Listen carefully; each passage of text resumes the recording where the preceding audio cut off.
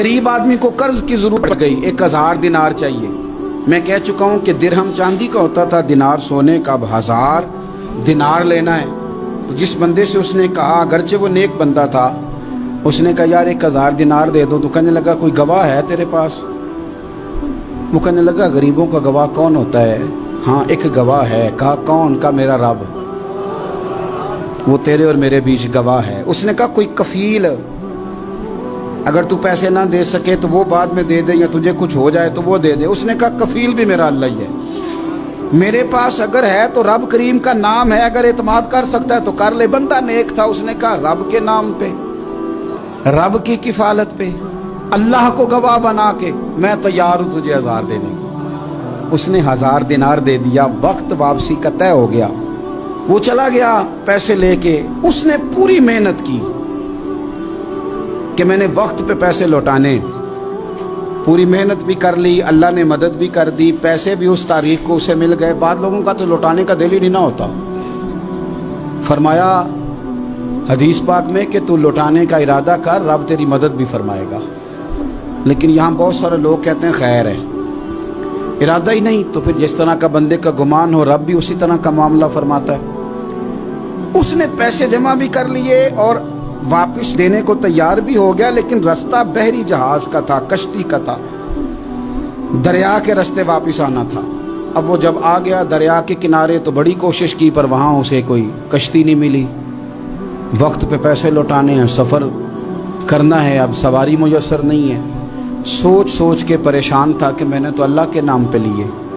अचानक दिल में एक तजवीज़ आई। उसने एक लकड़ी ली, लकड़ी को अंदर से खोला, 1000 दिनार उसमें भरा। बुखारी पढ़ रहा हूँ, और साथ एक ख़त भी लिखा कि यार मैं पैसे पहुँचाना चाहता था पर मुझे कोई चीज़ नहीं मिली दरिया के उस पार आने, अल्लाह के नाम पर तेरी तरफ रवाना कर रहा हूँ। और ये कह के वो लकड़ी दरिया में रख दी।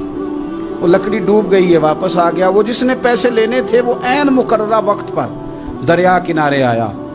सुबह से सरे शाम तक उसने इंतज़ार किया। दिल ढलने लगा तो दिल में ख्याल आ गया कि यार नहीं, उसने देने ही नहीं, झूठा वादा कर गया, पहुंचा ही नहीं वक्त पे। अब जब वापस लौटने लगा तो अचानक दरिया में एक लकड़ी तैरती हुई दिखाई दी।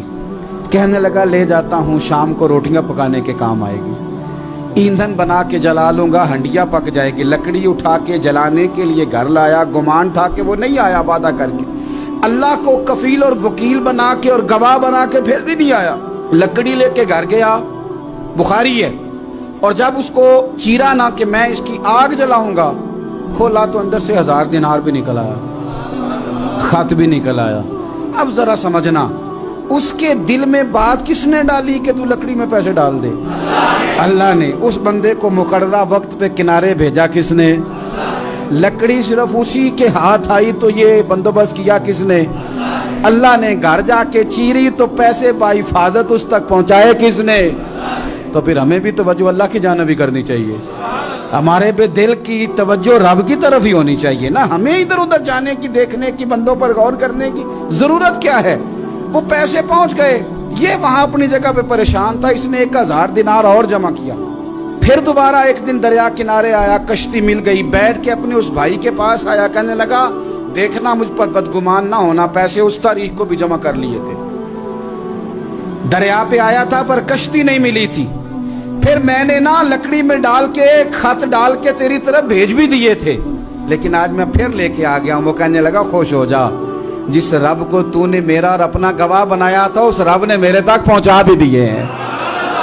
जब लोग अल्लाह को गवाह बनाते हैं, रब की जानिब अपनी तवज्जो करते हैं, अपनी चाहतों, ख्वाहिशात और अपनी सारी चिट्ठियां अपने रब करीम की रहमत की तरफ रवाना करते हैं, फिर अल्लाह अपने बंदों को मायूस नहीं करता। अल्लाह अपने बंदों को नवाज देता।